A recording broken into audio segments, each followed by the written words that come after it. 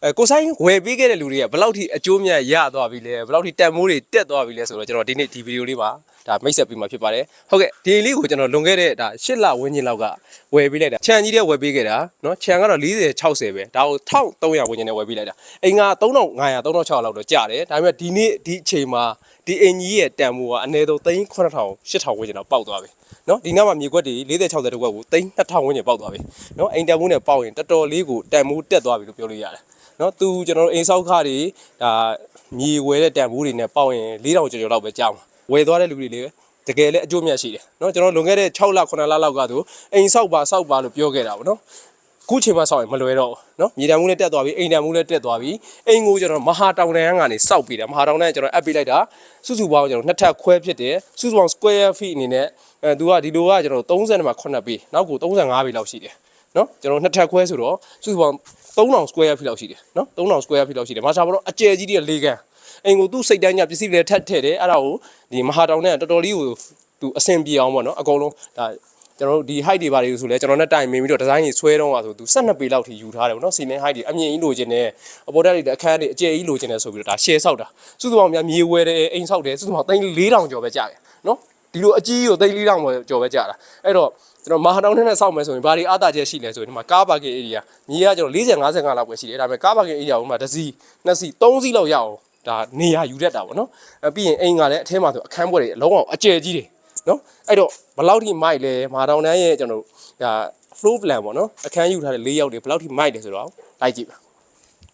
ကဲဒါကတော့အိမ်အဝင်ဖြစ်တယ်မပန်းပေါင်နေပါလေးနဲ့ဒီမှာတော့သူအဝင်လှေကားလေးနဲ့ပေါ့နော်မကျွန်တော်ကရင်ခွက်ပါမယ်ထဲဝင်โอเคဒါကတော့ကျွန်တော်တို့အေကန် area ကြီးနော်ဒီမှာအေကန်ကြီးကလုံးဝအကျယ်ကြီးကျွန်တော်တို့အောက်ထပ်မှာဘယ်လိုစဉ်းစားလိုက်လဲဆိုအေကန်အကျယ်ကြီးနဲ့မာရှာဘရုံးအကျယ်ကြီးတစ်ခန်းပဲထည့်မယ်ဆိုပြီးဒါထည့်လိုက်တာလူလုံးဝအကျယ်ကြီးပဲเนาะအောက်ထပ်မှာအေကန်ကြီးဒီ dining kitchen နဲ့မာရှာဘရုံးအကျယ်ကြီးတစ်ခန်းပဲပါမှာပေါ့เนาะသူအပေါ်မှာဒါလေးအပေါ်လေးကိုနည်းနည်းပြလိုက်เนาะမီးဆိုင်နေဆိုလေအဲ့တော့လှလှလေးတွေဒါတက်ပေးထားတယ် ceiling level ကကျွန်တော်တို့12ပေလောက်ရှိတယ်ဒါ ceiling level ပေါ့เนาะသူယူပေးတာတော်တော်လေးကိုမိုက်တယ်ကျွန်တော်တို့အသက်ရှူချောင်းတာပေါ့เนาะအဲ့လိုမျိုးเนาะရတယ် okay အဲ့ဒါဆိုဒီဘက်ကျွန်တော် dining နဲ့ kitchen area ပေါ့နော်ပြပေးမယ်ဒါတော့ dining kitchen အောက်မှာ level လေးနည်းနည်း down ပေးထားတယ်ပေါ့နော်ဒီမှာဝင်နေတဲ့ဟာ slide door တွေပါမယ်လုံးဝအကျယ်ကြီးဖြစ်တယ်နော်ဒီမှာကျွန်တော်တို့အောက်မှာ kitchen cabinet တွေပါတယ်ဒါကတော့သူ့စိတ်တိုင်းကြထပ်ထည့်ထားတာပေါ့နော်အဲ့တော့ကျွန်တော်တို့ဟိုစောက်လို့ရေးတွေနဲ့စောက်တဲ့အခါမှာတချို့ဟာလေးတွေသူတို့စောက်တဲ့အထက်မှာမပါဘူးအဲ့ဒါကိုကျွန်တော် additional အနေနဲ့ထပ်ပေါင်းပေးပြီးတော့ဒီလိုလေးတွေထပ်ထည့်ထားတော့ပို့ပြီးတော့ကောင်းတာပေါ့နော်ဟိုမှာပစ္စည်းလေးတွေဆိုတော့တချို့ဟာလေးတွေဒါလေးတွေသူကသူပြန်ထည့်ထားတာပေါ့နော်စုစုပေါင်းကျွန်တော်တို့ကုန်ကြစိတ်ကတော့2600လောက်ကုန်တယ်ဒါပေမဲ့ကျွန်တော်တို့3600 900လောက်ထပ်ပေါင်းပြီးတော့ဒိုရဲအထားလေးထပ်ဖြည့်လိုက်တော့အင်းကြီးတော်တော်ကြီးကိုကောင်းသွားတာဖြစ်ပါတယ်ဒါတော့ kitchen area အကျယ်ကြီးနော်ဒီနောက်မှာကသူအများဆုံးရေချိုးရတဲ့အိမ်တော်အပြင်မှာဧည့်သည်လာတုံးလို့ရအောင်လို့ထည့်ထားတာပေါ့နော်ဒါဒီဘက်ကိုလိုက်ပြဒါကတော့ဒါအပေါ်တက်တဲ့လှေကားပေါ့နော်သူကဓမ္မဘာကြီးထပ်ဖြည့်ထားလဲဆိုရင်တော့အာတောင်နဲ့ဆောက်တယ်ဆိုရင်ဒီလိုခြေနှင်းတွေပဲပါတယ်ဒီလိုခြေကြော်ပြားတွေမပါဘူးပေါ့နော်အဲ့ဒါကို additional အနေနဲ့ပိုင်ရှင်ကထပ်ထည့်ထားတယ်ပြီးရင်ဒီ steel လုံညိုကြီးတကားတွေပေါ့နော် steel တကားတွေဆိုတော့မပါဘူးသူကထပ်ထည့်ထားတာဒါလေးဆိုရင်အဲ့လိုလေးထပ်လုပ်လိုက်ရင်အဲပိုပြီးပြည့်စုံသွားတာပေါ့နော်ကဲဒါအောက်ထပ်မှာရှိတယ်မဆာပဲတော့ဒီဟာထက်ပိုကျယ်တယ်အပေါ်အခန်းကြီးလုံးဝကိုရှယ်ကြီးနော်အဲဒီမှာဒါလေးတစ်ချက်ပြလိုက်နော်ဒီቹကအိမ်သားဆိုသူဒီလိုအနည်းဆုံးပေါ့နော်ဒီလိုက9ပေ5ပေ9ပေအဲ့လိုအကျယ်ကြီးတွေပြီးရင်စီလင်အမြင့်ကြီးတွေပေါ့နော်မရှာဝါတွေပါလေဆိုလဲရှယ်တွေအဲ့လိုသုံးမိထားတ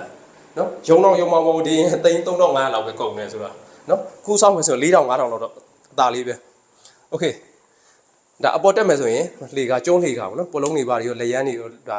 grid တွေရောပါတွေရောအကုန်လုံးကျုံးလှေကဖြစ်တယ်အပေါ်ကိုသွားမယ်နော်ရတယ်ကဲဒါကတော့ကျွန်တော်တို့ first floor ပေါ့နော်မြေကြီးတက်ပြီးရင်ပထမတက်မှာ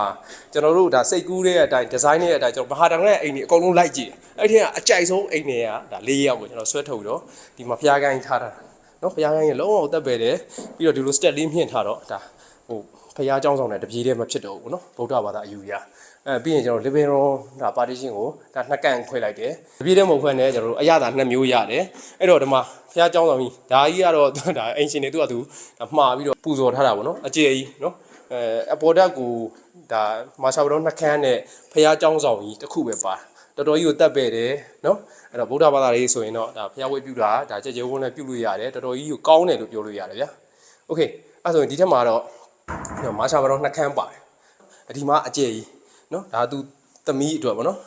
သူတို့စဆွဲတယ်မာရှာဘလုံးအနည်းဆုံး14ပဲပတ်လဲ15ပဲပတ်လဲကိုရင်အပြည့်လိုချင်တယ်ဆိုတာနဲ့မာရှာဘလုံးနှစ်ခန့်ကိုကျွန်တော်တို့ကြောကတ်ပေါ့နော်အင်တာဂျီရှ်ကနှစ်ခုယူပြီးတော့ဒါမျိုးဒီဇိုင်းလုပ်တာအဲ့တော့အောက်က12ပေစီလင်ရဒီမှာ17ပေရှိတယ်လုံးဝအကျယ်ကြီးပဲအဲ့တော့ဟိုမှာ6ပေခွဲကတဲ့ဆိုတာလုံးဝတေးသေးလေးပစ္စည်းလေးဖြစ်တာနော်ကျွန်တော်မှတ်တင်ကုန်တွေထားမှလားနော်ဒီ wardrobe တွေထားမှလားကြိုက်တာတွေထားလို့ရတယ်ဒီချိုးခန့်အင်တာကြီးတွေဆိုလဲအကျယ်ကြီးတွေပဲဖြစ်တယ်โอเคနောက်တစ်ခါလိုက်ပြအောင်နော်ကဲဒါကတော့နောက်ထပ်မာရှာဘလုံးတစ်ခန့်စုစုပေါင်းမာရှာဘလုံးကြီးနဲ့ဒီအိမ်မှာကတော့၄ခန်းပေါ့ဗျာ၄ခန်းကိုအင်တာကြီးကဒါကြောကတ်တွေဖြစ်မယ်အကျယ်ကြီးတွေဖြစ်တယ်နော်ဘိုးဘကကတော့ပိုးကျယ်တာဒီကောင်တော့73ဝေပတ်လဲလောက်ပဲရှိတယ်နော်ဒါ runner တွေပါတယ်ရင်ခွဲတကားကြီးဖြစ်ပါတယ်ကဲဒီ runner နေတာရင်းငယ်မှာနော်ရင်းငယ်ဘရုံမာလန်းနဲ့ play view ဆိုတာတိုင်းနောက်မှာပေါ့နော်ဒါပတ်ဝန်းကျင်မှာရှိတဲ့မြေကွက်တွေဒီမြေကွက်တွေလောလောဆယ်3200လောက်ပေါက်ကုန်ပြီပေါ့နော်ဒီအင်းဆောက်လိုက်လို့တော့မသိဘူးဟုတ်မှာမာရှာဘရုံအကျယ်ကြီးဒါသူသားဂိမ်းတွေပါကြီးဆော့တော့တယ်အဲ့မှာတီးတက်တက်ထားပေးထားတာပေါ့နော်အဲ့မှာအကျယ်ကြီးပါသလိုဒီဘက်မှာ roof လည်းပါတယ်ပတ်ဝန်းကျင်ကိုကြည့်လို့ရတဲ့ view နော်ကဲဒီအခန်းကိုအရင်ပြလိုက်မယ်နော်14ပေ15ပေပတ်လည်လောက်ရှိတယ်မာရှာဘရုံကြီးနော်သူတို့ဂိမ်းတွေပါဆော့တော့ဒီမှာဂိမ်းမီချဲရှိတယ်ဒီမှန်နေကုန်ရှိတယ်ဒီမှာ9ပေ6ပေခွဲလောက်ရှိတယ်ဝှေ့ရလေးရှိတယ်ဒီအခန်းမှာသူတောက်အခြေဆုံးဖြစ်မယ်နော်ရှယ်တွေထည့်ပေးထားတာဟိုဒီခန်းမှာကဘူတိုင်းဆိုရင်လည်းကြည့်လိုက်အောင်နော်ဒါလူငယ် style ပေါ့နော်အဲ့လိုမျိုးပြီးရင်မှာဘေးစင်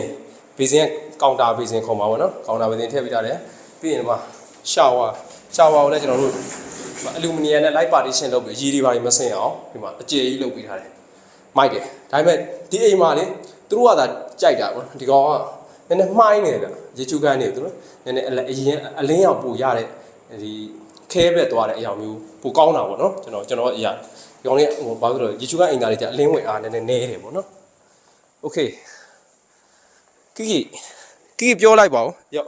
အိမ်ကအကျယ်ကြီးပဲလို့ပြောလိုက်ကဲဒါကတော့ကျွန်တော်တို့အပေါ်တက်မှာရှိတယ် view ပေါ့နော်ရင်ငယ်တခွင်ဒါ play view ပဲချဲပေါ့လာရှူလန်းတော့ဒီဘက်မှာပေါ့နော်မိုက်တယ်ပေါ့နော်ဘယ်လိုလုပ်လဲပြေဦးနေမှာကျွန်တော်တို့ဒါ view ကောင်းနဲ့လည်းနေခြင်းတယ်နော်ဒီလို rooflet တွေပါတွေထုတ်ပြီးတော့နော်တန်ငယ်ချင်းအပေါင်းအသင်းတွေလာရင်လည်းကျွန်တော်တို့ဟိုမှာပါတီတွေပါပေးလို့ရတယ်ပေါ့နော်နေရပါတော့ပြီးရင်အပေါ်တက်မှာတီးတဲ့တခန်းနဲ့ဒါဂိမ်းကစားမယ်အေးနေခြင်းတယ်လို့လည်း privacy ကနေခြင်းတယ်ဆိုမိုက်တယ်နော်ဒီဘက်ကိုပြလိုက်အောင်တစ်ချက်လောက်သူကပြကျွန်တော်တို့ကအမြင့်ဘက်ကအင်းအမြင့်ဘက်ကဖြစ်နေတော့ဒီဘက်မှာရှိတဲ့ view တွေအကုန်လုံးမြင်ရတယ်နော်ဒီမှာအပေါ်ထက်တက်မှာကြောင်လေးရှိသေးတယ်အဲ့ဒါတော့အပေါ်ထက်မှာရေတိုင်ကြီးရှိမယ်ပြီးရင်ကျွန်တော်ဆိုလာရေဘူးရေးတွေရှိတယ်ပေါ့နော်အဲ့ဒါတွေပဲရှိမှာနော်ဒီမှာဒီဇိုင်းတော့ဒီပုံစံတိုင်းလောက်ထားတယ်အဲ့တော့နှစ်ထပ်ခွဲကိုကျွန်တော်တို့ဒါ modern ဘက်ကိုနည်းနည်းသွားမှာပေါ့နော် modern ဒါ RC 2.5 story ပေါ့နော် RC ဖြစ်တယ်မာရှာဘလုံး၄ခန်းနဲ့စောက်တာတယ်အဲ့တော့ကျွန်တော်တို့ပြောချင်တာကနော်ကျွန်တော်တို့မြေဝယ်ပြီးအိမ်ဆောက်ပါမြေဝယ်ပြီးအိမ်ဆောက်ပါဆိုတော့အကျိုးမြတ်တွေရစေခြင်းနဲ့နော်တန်ဖိုးတွေတက်စေခြင်းနဲ့ဒီအိမ်ပိုင်ရှင်တွေကဆိုရင်ဟိုပွင့်လင်းပြောရရင်ဒါစစ်ဘေးရှောင်ခဲ့ရတာပေါ့နော်စစ်ဘေးရှောင်ခဲ့တော့အခက်အခဲတွေဖြစ်တယ်တကယ်ကာလာပေါ့နော်ဟိုလွန်ခဲ့တဲ့2024မှာကျွန်တော်တို့မြေဝယ်ပေးခဲ့ရတာပေါ့နော်အဲ့ဒီကတော့အိမ်ချမ်းမြေပြုံးတဲ့အိမ်ချမ်းမြေဆိုတော့ဘာမှမသိမဟုတ်ဝယ်ပြီးတော့ဒီလိုစောက်လိုက်ပါဆိုအချိန်မီတွန်းအားတွေပေးတယ်အဲ့တော့ငန်းဟင်းတွေပါတွေဒါပြီးတဲ့ကာလမှာလည်းစောက်လို့ရေးစီးတွေမတက်ခင်မှာတို့စောက်ဖြစ်လိုက်တယ်ပေါ့နော်အဲ့တော့ပြောချင်တာအကျိုးမြတ်တွေရတယ်ကျွန်တော်တို့ထားခဲ့တဲ့ဒါ customer တွေပေါ့ကျွန်တော်မိတ်ဆွေတွေပေါ့ထားခဲ့တဲ့ဟာတွေကအချင်းကြီးမဖြစ်သွားဘူးတန်ဖိုးတွေလည်းတက်လာတယ်သူတို့ရှိစုမဲ့စုလေးနဲ့ဝယ်ခဲ့ရပြီးမဲ့သူတို့အခုချိန်မှာဒါငွေလုံးငွေရေးပုံစံမျိုးစုပြီးစောင်းပြီးဖြစ်သွားတဲ့သဘောမျိုးလေးပေါ့နော်ကဲဝမ်းသာပါတယ်အကုန်လုံးလဲကျွန်တော်တို့ဒါအကြံကောင်းညံကောင်းတွေပေးတယ်ပေါ့နော်အိမ်ချမ်းမြေဝယ်တဲ့အခါမှာအဲ့ဒီပေါ်ကို like ယုံကြည်ပြီးတော့ like လုပ်ခဲ့တယ်ဆိုရင်တော့အခုလိုဒါပိုင်ဆိုင်မှုတွေတိုးထားမှာပါကိုယ့်ရဲ့ငွေလေးတွေမပြောက်ပြက်အောင်ထိမ့်သိမ့်နိုင်မှာဖြစ်ပါတယ်ဗျကျေးဇူးတင်ပါတယ်